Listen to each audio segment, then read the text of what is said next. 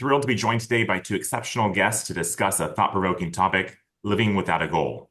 First, I'd like to introduce Jay Ogilvy, whose career includes serving as a professor of philosophy at Yale, co-founding the Global Business Network, and becoming a world-renowned author of numerous books and publications, including Many-Dimensional Man, Creating Better Futures, and Living Without a Goal, which is a topic we'll be discussing today. Jay's work has challenged conventional thinking about planning, foresight, and meaning in life, and his insights have helped to shape how we understand the relationship between the future and our sense of purpose. Joining us as well is Alex Fergnani, writer, professor, and educator in strategy and foresight. Alex brings a deep understanding of how individuals and organizations navigate uncertainty and discover meaning in an ever-changing world. I actually met Alex years ago in Taiwan when he was studying here, and we stayed in touch since. He has now joined us from the Philippines, where he works as a professor. So, Jay, if we could start with you, could you give us a brief background of your journey from philosopher to businessman to world-renowned author? And after that, Alex, if you could introduce your own journey and launch into some questions for Jay about what it means to live without a goal.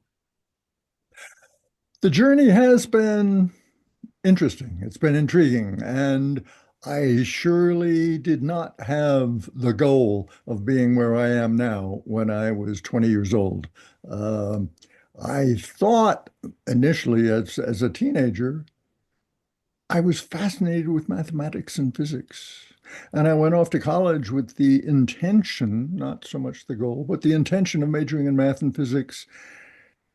And then the more I studied and the more I got to appreciate Schrodinger's wave equation, which is supposed to be the equation that every atom obeys, every atom in the universe, I thought, wow, how can it be that I've attained an understanding of Schrodinger's wave equation, but still have trouble getting dates at Bennington?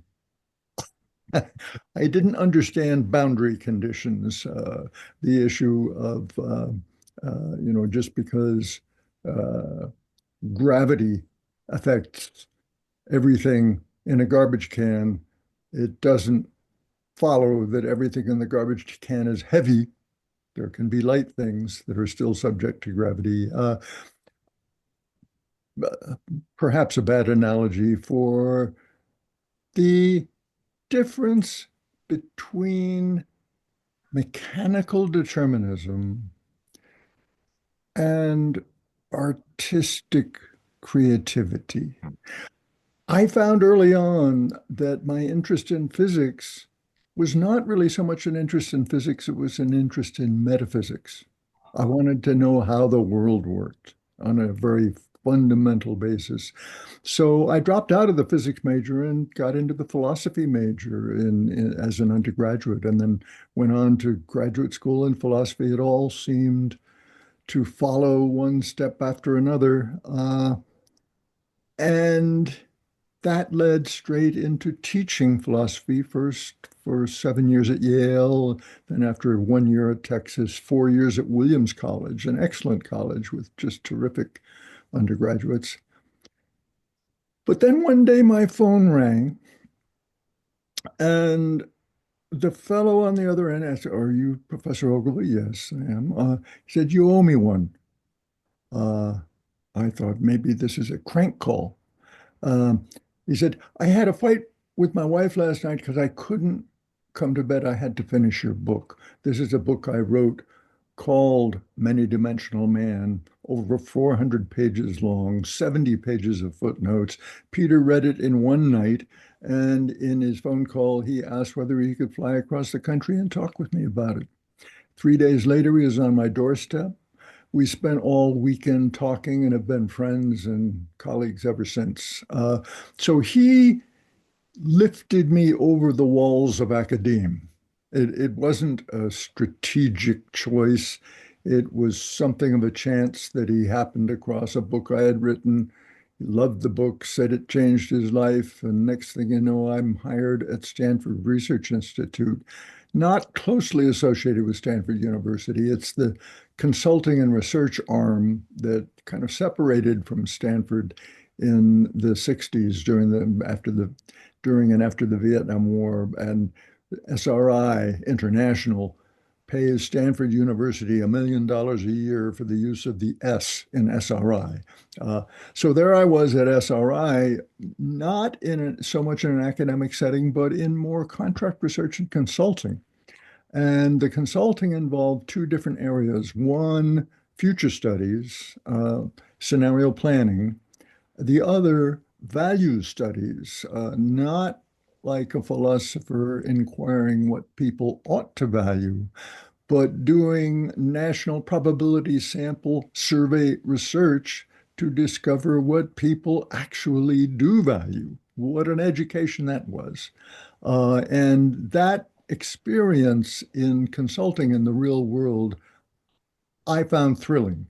And so after 6 years at SRI, a number of us left and created our own company, Global Business Network, and to do scenario planning for the Fortune 200 governments, large institutions with uh,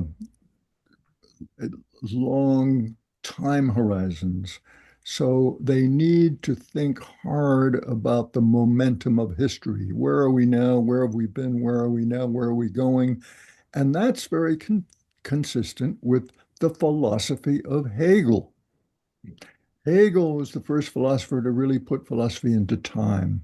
Prior to Hegel, philosophy had been, for the most part, a kind of search for that great blueprint in the sky, Plato's eternal ideals. For Aristotle, the species didn't change. The number of species was the same for eternity.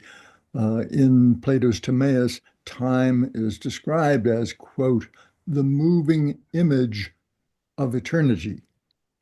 Not so for Hegel. Hegel understood that the Greek consciousness was not like the Christian consciousness, and the early Christian consciousness was not like the Renaissance. And in modernity, we've gained a different consciousness than either the early Christians or the Greeks had. So he saw philosophy moving in time.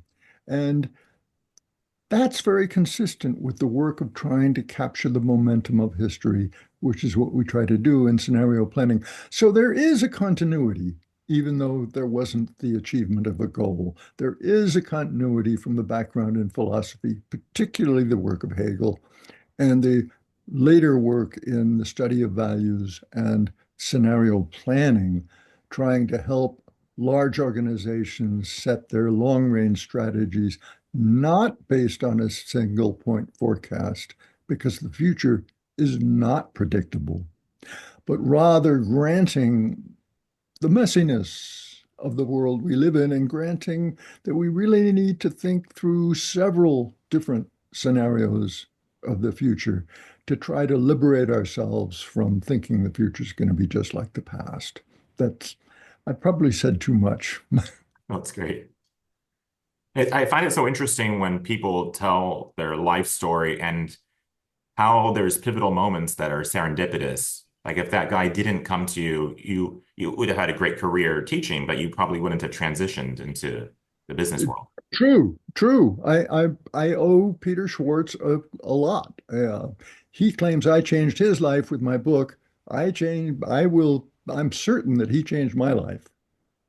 Great. All right, Alex, what about you? Want to tell us about your journey a bit?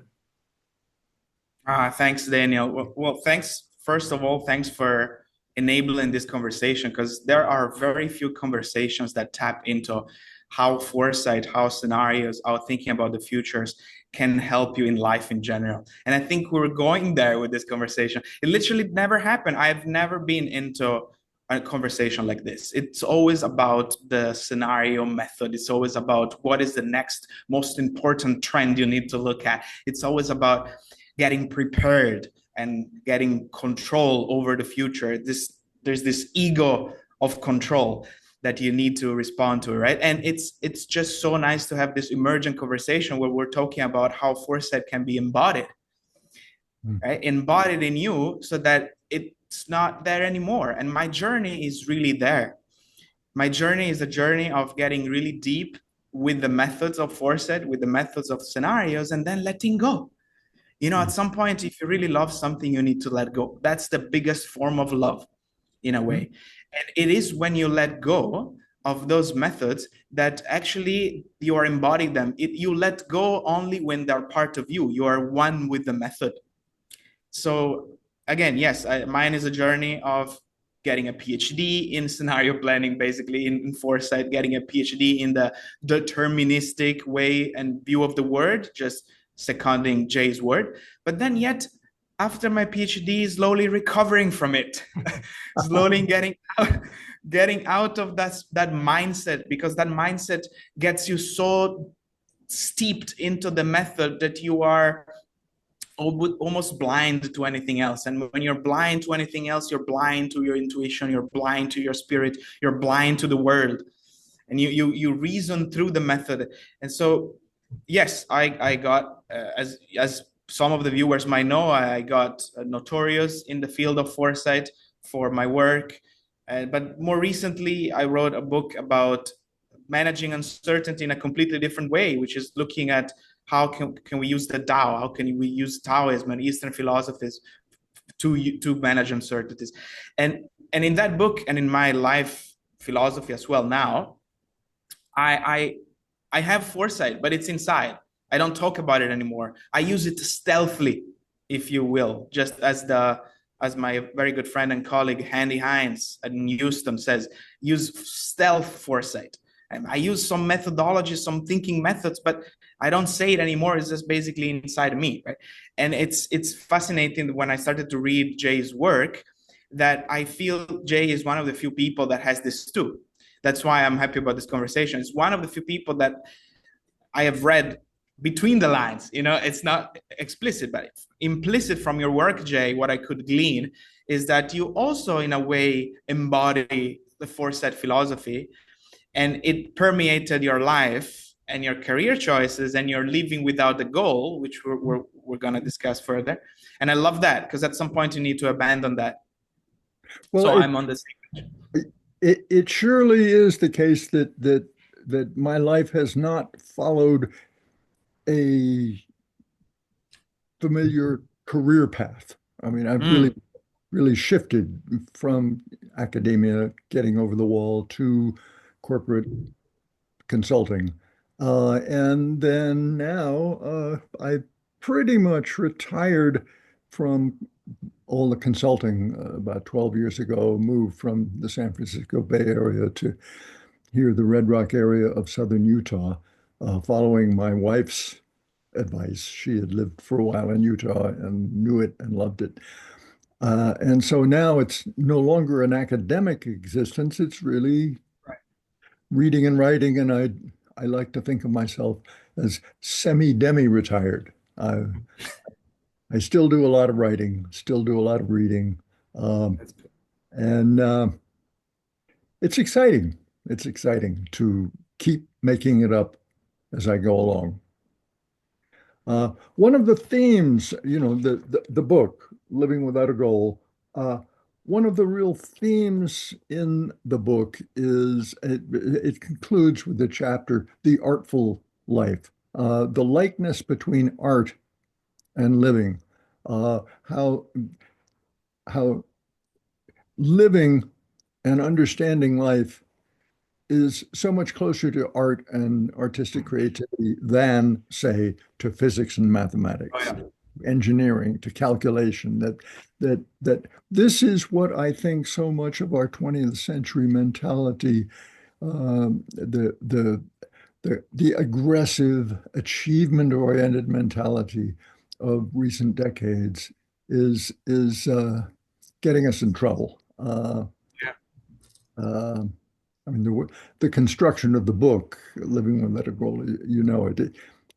I invent two characters, Spike and Lila, to embody, as you say, get the philosophy into a life.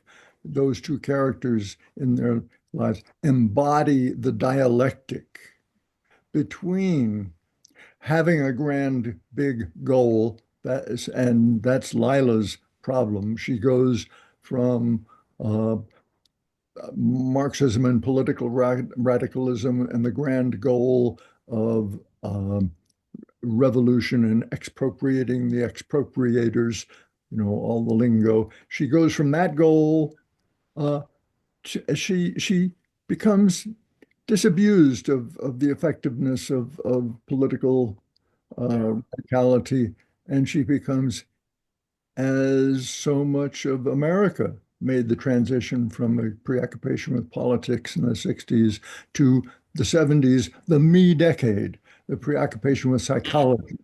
So here the grand goal becomes self-realization. Mm. So there's a good deal of talk in the book about, well, what is the self? What kind of thing? It's not a thing. You can't find it with the scalpel. Uh, the self is in the semiotic realm, the realm of symbols and language and culture and traditions. That's where the self lives. But Lila gets all preoccupied first with self-realization, and then she gets beyond that, and she decides that love is her great big G goal. And so she looks for a while for true love. So she goes through this sequence of grand goals, big G goals, whereas Spike doesn't know what he's going to do tomorrow. He is totally preoccupied with hedonism, pleasure in the moment. He has no purposes, no goals, and he just drifts from one thing to another. Well, he's got to find a little bit more structure in his life. So those two extremes, the present-oriented, immediacy-oriented Spike to the remote orientation towards a big G, capital G goals of Lila, they dance throughout the book. Mm. So what's your stance, Jay? A middle way in between, like coping with it within the two demons and trying to balance them out?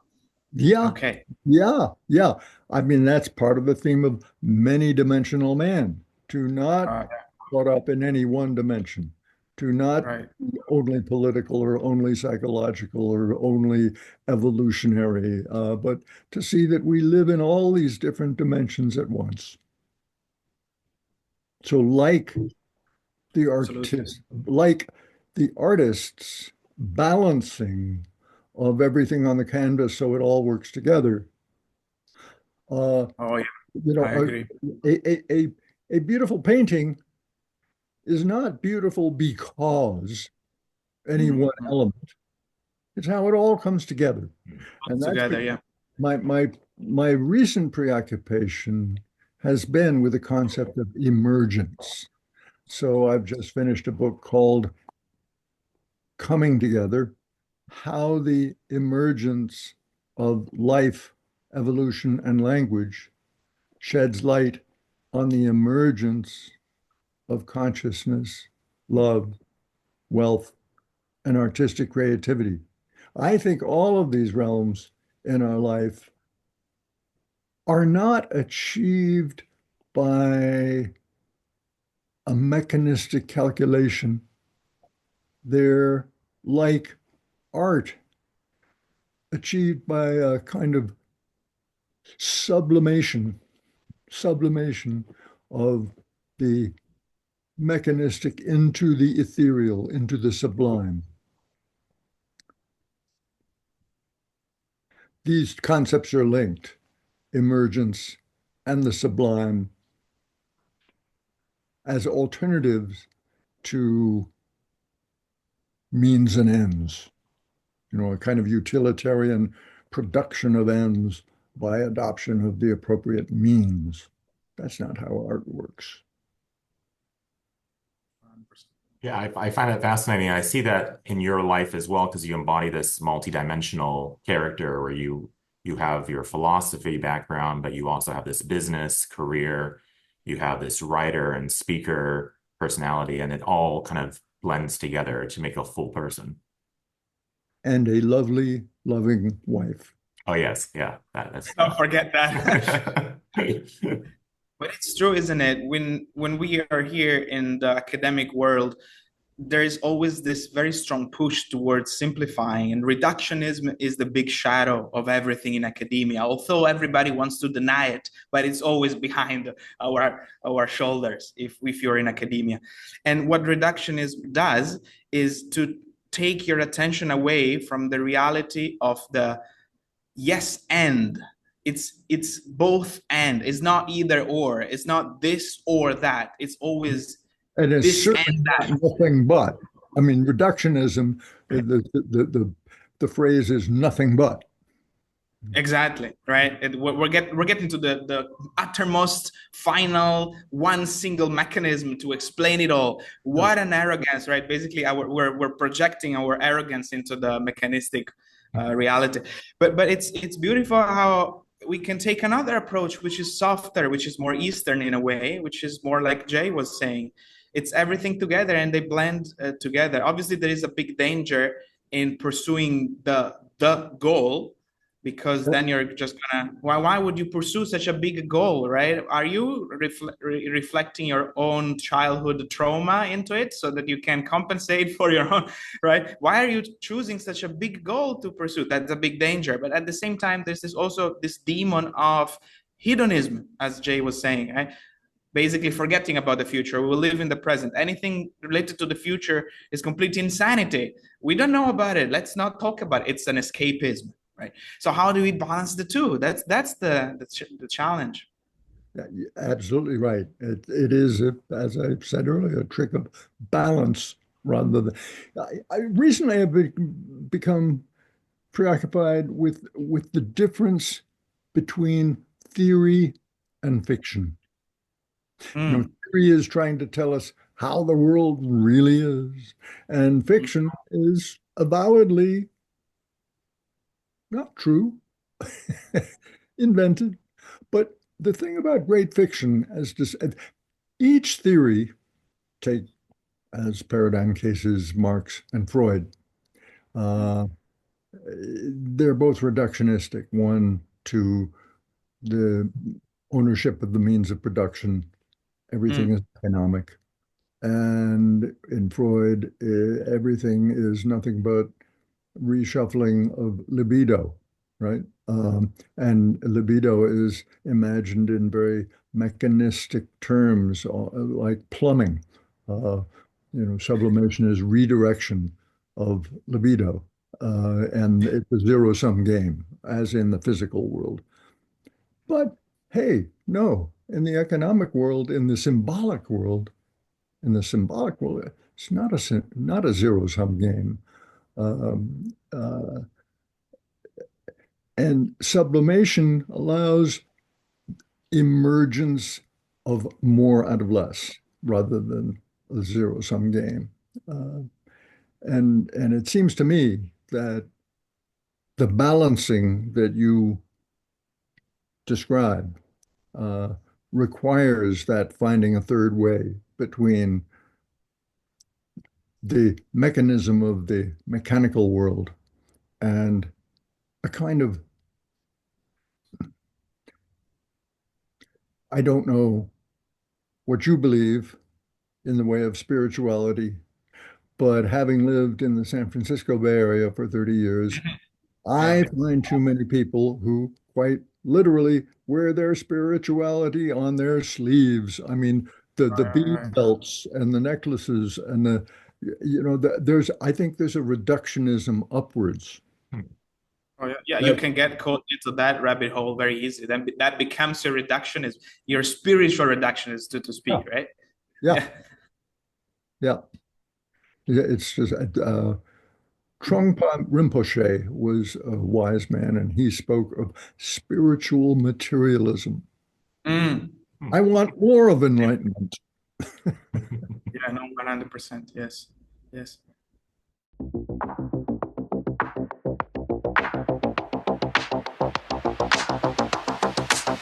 Related to this is an intriguing concept that is, I find in Jay's work, about the art of screwing up.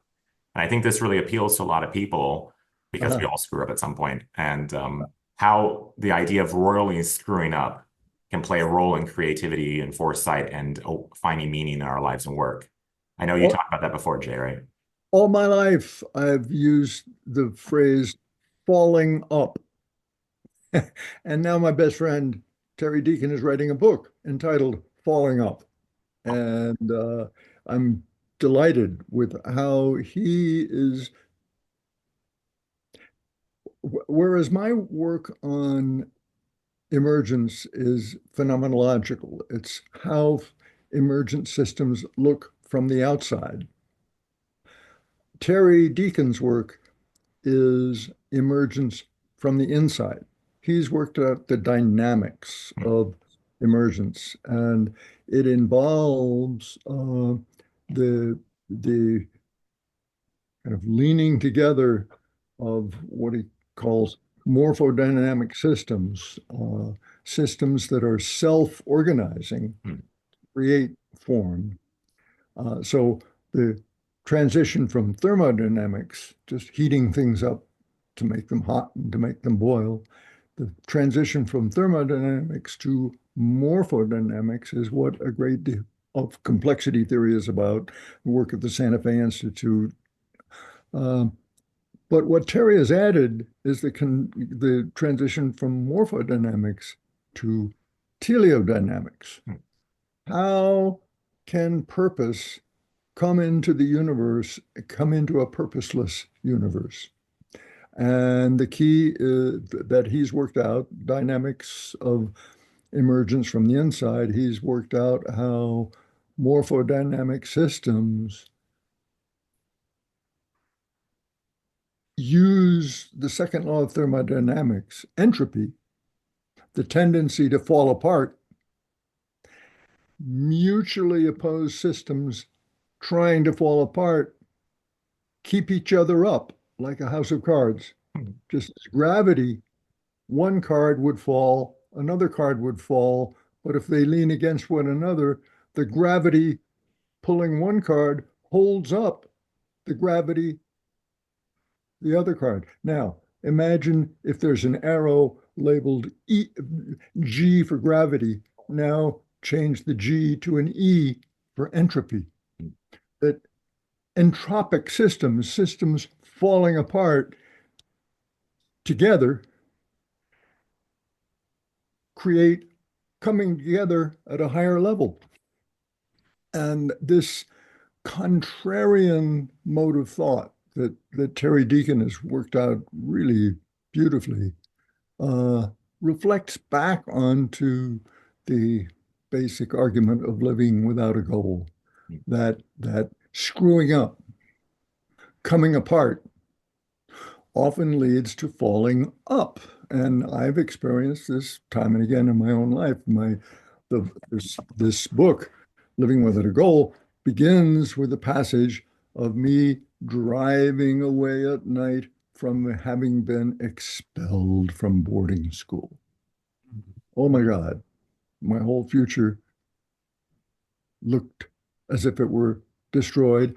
And yet, as I write about in the book, I felt a peculiar delight at, wow, now I'm living life in real time. It's not obvious what comes next. So that turned into I felt a higher level. I went back to public school where there were girls. That was an improvement. And then I got off to a very good college. But then again, there were several dropouts. There was the dropout from the math and physics into philosophy. And then there was finally leaving the academic world altogether to get dropping out of that. You could say failing. I didn't get tenure because I didn't follow the kind of maxims that senior professors, some would give me on how in philosophy, the real coin of the realm for academic advancement is journal articles. But so I read the journals and it all seemed quite trivial. I didn't want to be using a euphemism. You're using a euphemism.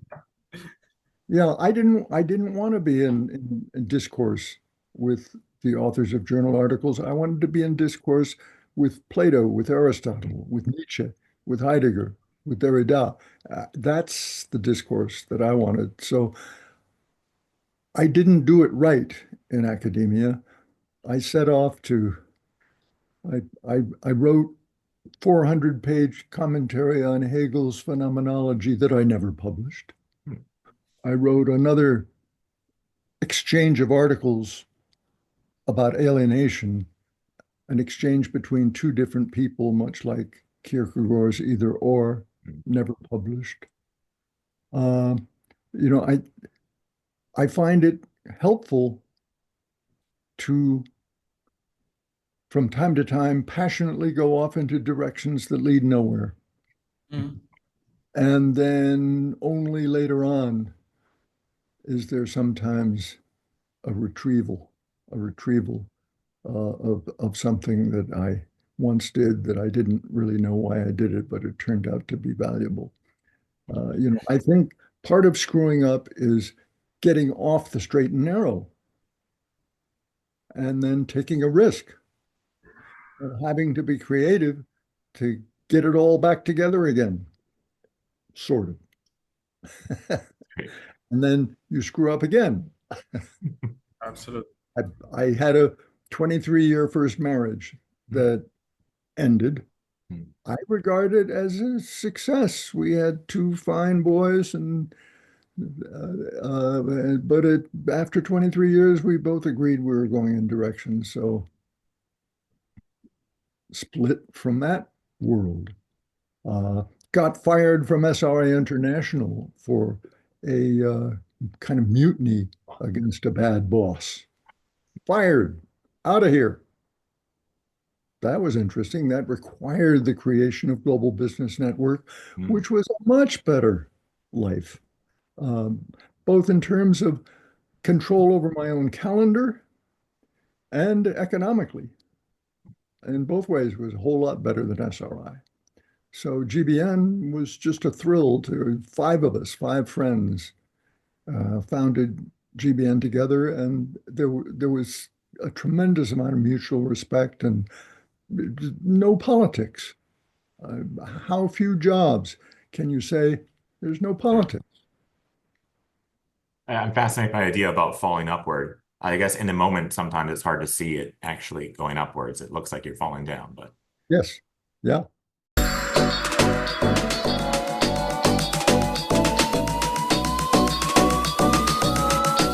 all right, before we wrap up, I want to highlight Jay's latest book, which is the first in a series of collection of his works. I have it here, and Jay, your collection is as timeless as ever, as timeless and as timely as ever. And given the political and social challenges we're facing today, could you tell us a little bit about how this work speaks to this moment in time and why it's important for readers today?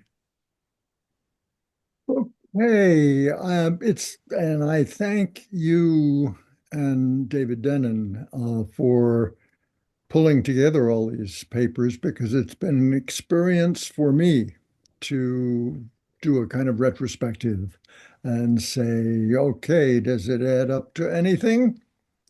And I have learned from this retrospective, from going back over, and I see how central pluralism Hmm. has been to my life's work in a lot of different arenas.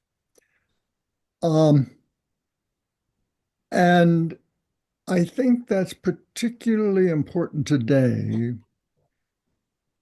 in light of the significance of artificial intelligence, Hmm. because I think artificial intelligence is a very monistic system. Um, I mean, it sums up the past and the present, but it really doesn't give us choices about the future. My series of collected essays is titled Choosing Our Futures. Choosing Our Futures. And that's so much what my life's work has been about. I wanted to subtitle a earlier book that two friends and I wrote, Peter Schwartz and Paul Hawken. It was titled Seven Tomorrows. and then subtitle Seven Tomorrows, seven seven futures for the United States in the 80s and 90s, something like that. The subtitle I really wanted and that I really still aspire to is Toward a Voluntary History. Hmm. In other words, we don't just back into the future as something we have no choices about. That we face the very real uncertainties. I mean, throughout my work, I'm more and more convinced that I'm not a determinist, whether Marxist or Freudian or biological or linguistic. I mean, there's so many different determinisms, and actually the delight is that every one of them is by itself true, just not totally true. It's one of the dimensions in which we live. And my first book was titled Many Dimensional Man. And I still want to embrace that that pluralism of values and pluralism of choices that we have toward a voluntary history. That's fascinating. Yeah, it's a sense of empowerment and liberation to be able to look at the world in the future as opportunity, as possibility, rather than something that you're just driven by fate to the end of it.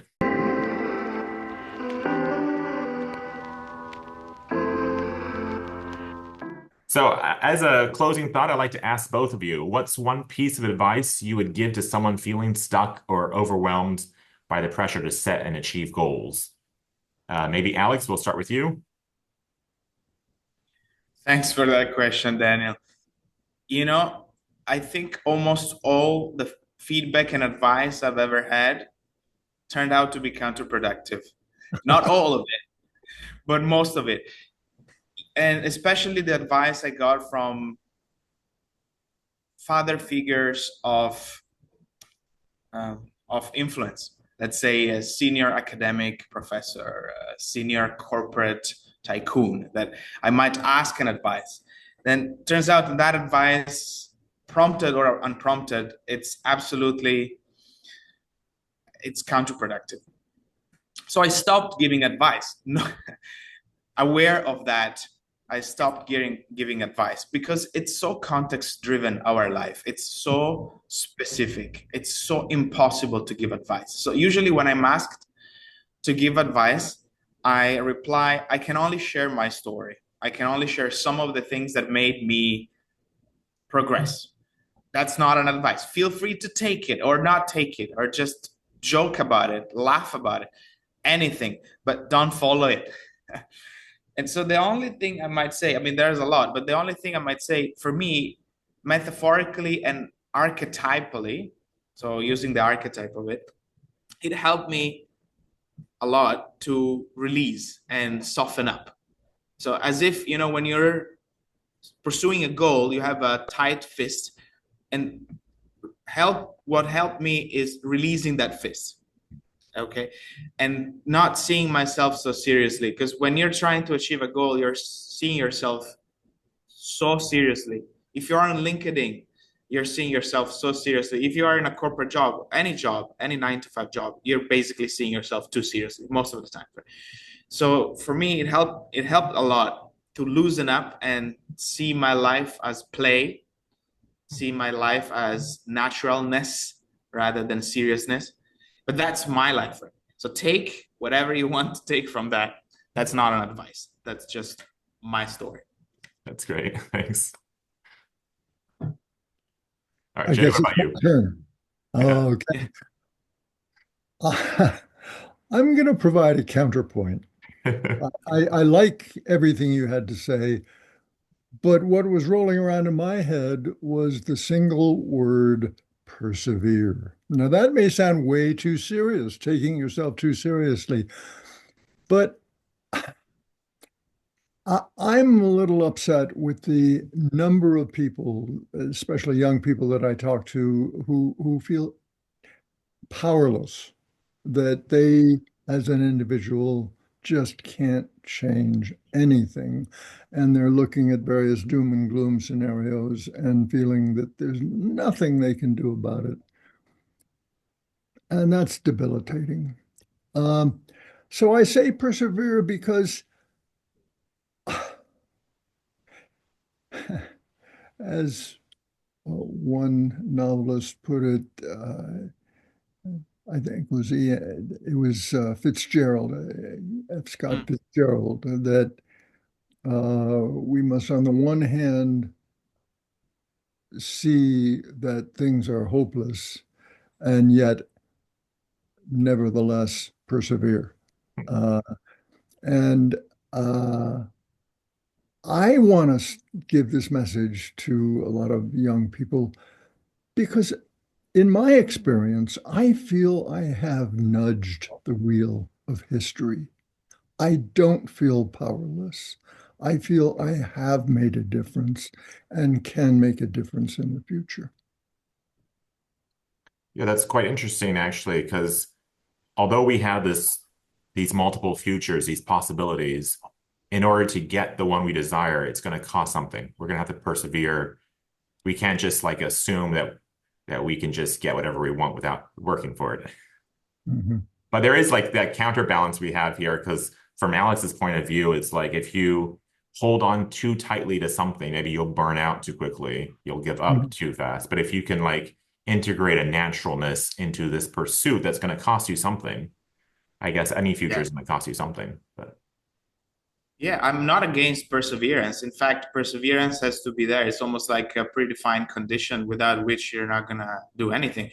But you can persevere and be stressed about it, or persevere and be natural about it. Yes. And I've always persevered, right? So basically, we can find a way in between Jay and I. I always persevere the wrong way, you know, until I realize I need to persevere in a more laid back way.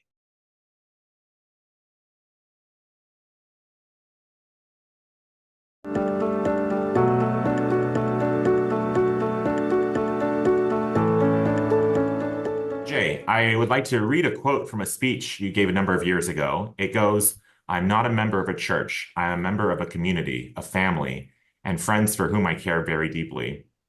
But I have had experiences that can only begin to be understood as mystical, that I can only describe in the language of the sacred. So taking futures and foresight out of the world of politics and society and into the transcendent or the transcendental. What are your thoughts on the existential and the meaning of life? Aha. Well, that phrase, the meaning of life, I'm very critical of it. I don't think there is any one meaning of life. I don't think that there's a human nature. If we have any nature, it is to create culture, Hmm. which becomes more important than our biology. So I kind of reject these almost, I want to call them monotheistic questions that supposedly have one answer. Um, I have had, I'm not a member of a church. I've spent my life bouncing between atheism and polytheism. Uh, Polytheism, I'm going to share a quote of Nietzsche's. He said, the Greeks had the only satisfactory ever invented because the gods justified human life by living it themselves. You know, Zeus turned himself into a swan to get laid. Uh, I mean, the gods and goddesses cavorted and tricked each other, and they lived a human life. And Nietzsche then says, so it amounts to a teaching of there are many excellences, there are many gods and goddesses, there are many sacrednesses. So I've bounced between that kind of polytheism and an atheism because I just can't buy the mumbo jumbo of every religion that I've seen, and I've looked at pretty much all of them. I've really studied the world's religions. There was a time, for example, when I read the autobiography of a yogi. Hmm. And for a series of weeks after I finished it, I was kind of wistful for the kind of mystical experiences that were described in that book. And then one late afternoon, I was in a small wooden sailboat out in the middle of a large lake, and the wind went dead. And I was utterly becalmed. And I swear I heard a kind of voice in my head, and I immediately knew it was my own voice as an older man. And it said to me with a sense of bemusement, didn't he know there was time? In other words, it was a mystical experience telling me I needn't be impatient about having mystical experiences. Uh, Great. did you eventually have your good fare of mystical Now, experiences? I hasten to add, I am that older man. And I have come to recognize a kind of divinity, a kind of sacredness, and I'll match it with my pluralism. Just because some things are sacred, it doesn't mean there's a God. Mm. Mm. Yeah, this ties in quite nicely to what Alex is doing. Alex has recently shifted to pursuing a Masters of Meaning podcast. And in that, he talks about meaning and in general. And Alex, what about you? Of the same kind of question about, there's people have mystical experiences. How would you understand this? What kind of framework would you give it? I understand mystical. Well, understand like these kind of questions, the meaning of life. Some people have mystical experiences and they then frame the meaning of life in a mystical sort of way, and some people take different paths. How would you understand these big questions? Oh, as a balance, I think I'm close to Jay on this. It's a balance. Recently I was talking to a scholar about this, uh, Robert Chia, who is also a Taoist. So it's an interesting mix because he's a management scholar and he's also a Taoist. And he pointed me to a novel which I knew, I never read, but I knew, and it's Don Quixote. Hmm. I don't know if you guys know Don Quixote. And I think it was good for him to point me to that novel because in that novel there is this basically there's this delusional man, right? Don Quixote is a completely delusional man who goes on a journey to find the knight in himself. And to him, everything around is a chivalry adventure. So he goes into a rundown inn. Oh, it's a castle that needs to be saved from the flood or something like that. So for him, there's meaning in everything. But for others, is a madman, is basically an old man gone bonkers, right? So when I realized what Robert was pointing me to, I actually had quite an awakening. I was, oh, so there is meaning, but you need to be careful that this meaning can be completely constructed in your mind. So how do you achieve that balance? Because you can fall into delusion. At some point, you need some delusion. You need some of it to convince yourself you're doing something meaningful. Otherwise, you're not going to have the perseverance. Going back to Jay's suggestion, but Mhm. if you go too much, if you become too young, using Taoist terms, then you exhaust yourself. Right? Too young will lead to inevitably, and then it's delusion. So you just got to maintain this balance. That's quite an interesting way of putting it. Yeah, Don Quixote's story is, I've always thought that was fascinating.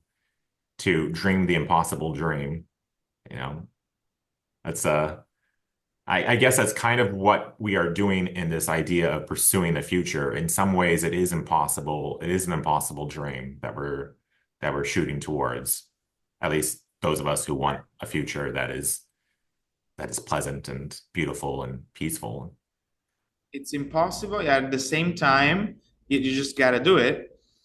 So Yeah. it's It in your takes a mind. leap So of faith, like that, a little bit of that madness. Despite, despite the fact that we cannot know what is beyond the next experiment.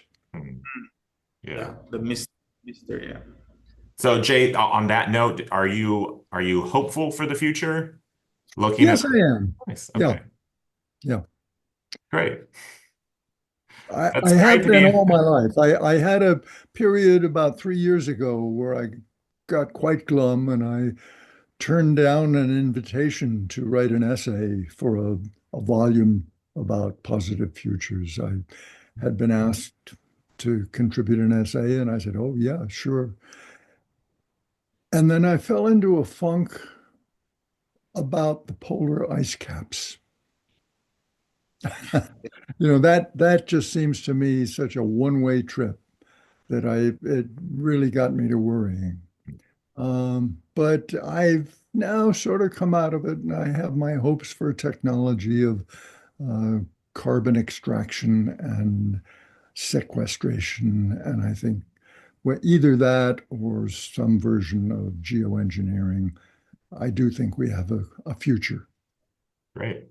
Well, that's a great positive note to end on. All right. Thank you guys so much for having this discussion together, and see you next time. Thank you. Absolutely.